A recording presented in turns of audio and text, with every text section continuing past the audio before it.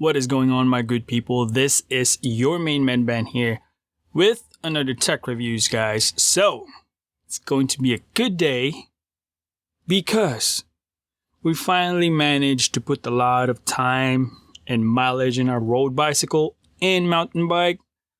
In other words, we are back in the grind, and I'm excited about it because my wife is involved with the paddling game. I mean the cycling game. What am I saying, paddle, man?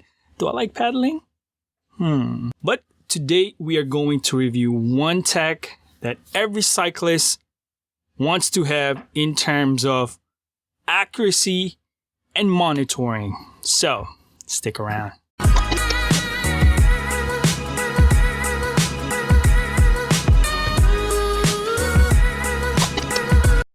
Today we are going to unbox and review the Garmin Edge 530. There is no surprise about it, guys. I'm a Garmin fanboy ever since I was introduced to cycling. Started from Garmin Edge, what was that? The little blue one. That was okay, but I migrated to the Garmin Edge 810 and it has been fantastic. This is my Garmin Edge 810. It was fantastic. Recently, we just changed the battery in this thing.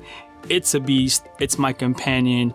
I have completed a lot of awesomeness, including my first century ride that took me more than 10 hours. Thanks to my buddy, it told me that it was easy.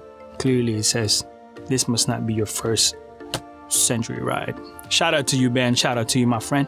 But this is going to be a little bit of comparison between the older technology and the newer ones. So without further ado, let's unbox this beast and let's get in it. All right, let's unbox the 530. The actual unit comes up very shiny, pristine, spotless. Love to peel that thing. Oh, what is that? What is this? Never seen that before. Okay. All right. Inside the box is the bar mount. Awesome. USB mini extra mount for different bikes, and lanyard and some instruction manuals. Charging port. Looks like these are the non-touchscreen version, and that's where we browse. Powering it on, and we shall go through the process. Now quickly compare the Garmin 810 on the right side, 530 on the left side. A little bit of almost similar thickness wise. It looks almost identical, where the 810 is a little bit thicker, but then again the screen is almost identical. That's how it looks like. Let's pair it with our Connect. Turn on your Garmin 530 and make sure that you go to have that Bluetooth on. Find the device and pair it from here. Make sure in the settings to the GPS itself is that you go to pair the device in smartphone. Since the Bluetooth is automatically updated, I didn't find anything in the GPS to activate or deactivate it, but you gotta go on top to enable it. Now going to this pairing smartphone, it will give you a interface like any other Garmin. You click pair, they see each other, Bluetooth is confirmed and working. Going to connect now, guys. This is where it gets a little bit of dicey. You see that in the devices in the Connect, it sees my different platform in Garmin, and it sees the Edge 530. We are trying to finish the setup to create profile, to get firmware updates, and so on and so forth. But this is where it fails miserably, and I have spent a good hour at least to determine if it's my phone's operating system is up to date, if the main Garmin Connect application is up to date, and I have done the troubleshooting every single one steps of this one.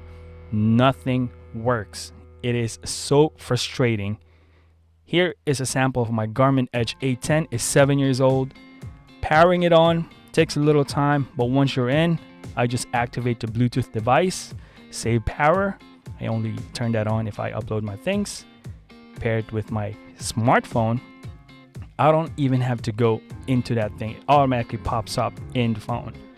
I quickly allow it, and voila, it start uploading my datas. No issues at all, guys. This is my quick comparison between the pairing process of the 530 versus the 7-year-old 810. Just about that.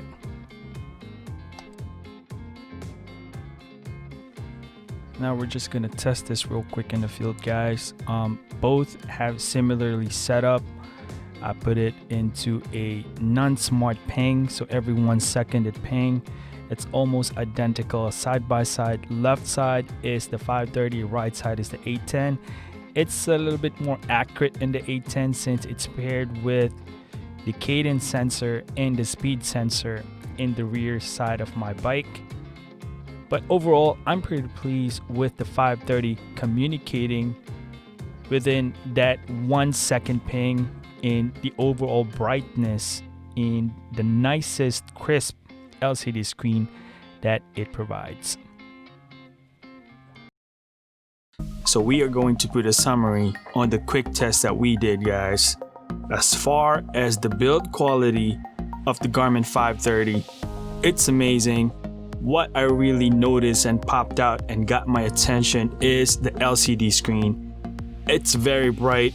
You can see it in the different light conditions, and that was a tad pleasing. Amazing difference, that comparison with my Garmin Edge 810. Also, the charging port in the back, the contact charging port, I don't have like a adapter, but it was a good feature that Garmin added, since my 7-year-old 810 doesn't have that on the back. You have the flexibility of charging your device while riding if you're running out of juice. I noticed about my 810 when I did my first Century ride. After like 10.5 hours ride, I was a little bit concerned about the battery. It ran down around like 10%, and I was like, yo, I got a little bit more going on. Don't die on me because I want to record it. But fortunately, it survived, and I recently changed the battery on this one. It's like a $13 investment. It's a quick hit, and it's amazing. That being said, those are the pros that I've seen on this device. The cons are, man, you seen that pairing mode in the smartphone, and I have updated my iPhone XS Max to the latest operating system, made sure that the application, the Garmin Connect, is up to date. I even tried my wife's iPhone 10. Nothing goes through on pairing this device. I know it's been a common problem because I went to Garmin forums, and a lot of 530 users are voicing out the same issues, that it has a pairing connection problem with the phone. I mean, right out the get-go, if you're paying $300 on a brand new GPS and it doesn't even want to pair with the smartphone, that is frustrating. This is a 7-year-old device. It paired up just like that. This one I spent, I would say 1 hour, and it just gives me a lot of frustration. You can't customize it. You can update the firmware in the phone because you're not plugged into the device on the smartphone. Bluetooth, it's recognizing it, but it's not completing the process. I believe you're gonna have to plug it in again to the laptop, update the firmware version, and guess what? You might solve your problem, but I don't want to go through that process.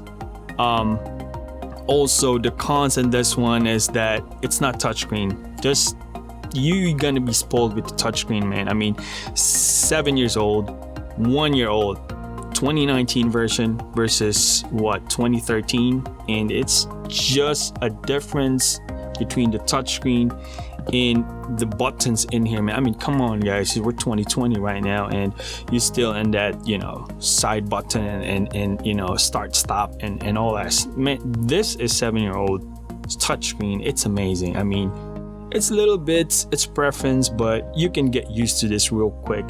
But given $300, pairing issues with Bluetooth, and the non-intuitive touchscreen, man,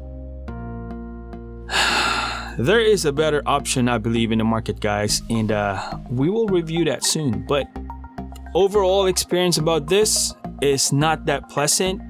Everything that it can do can be done on my 7-year-old Edge 810, and I told my wife I wouldn't advise you to get this device. It's for her. I'm sticking with my 810. Again, guys, thank you for watching. Always remember, God is good all the time. It's your main boy. Peace out.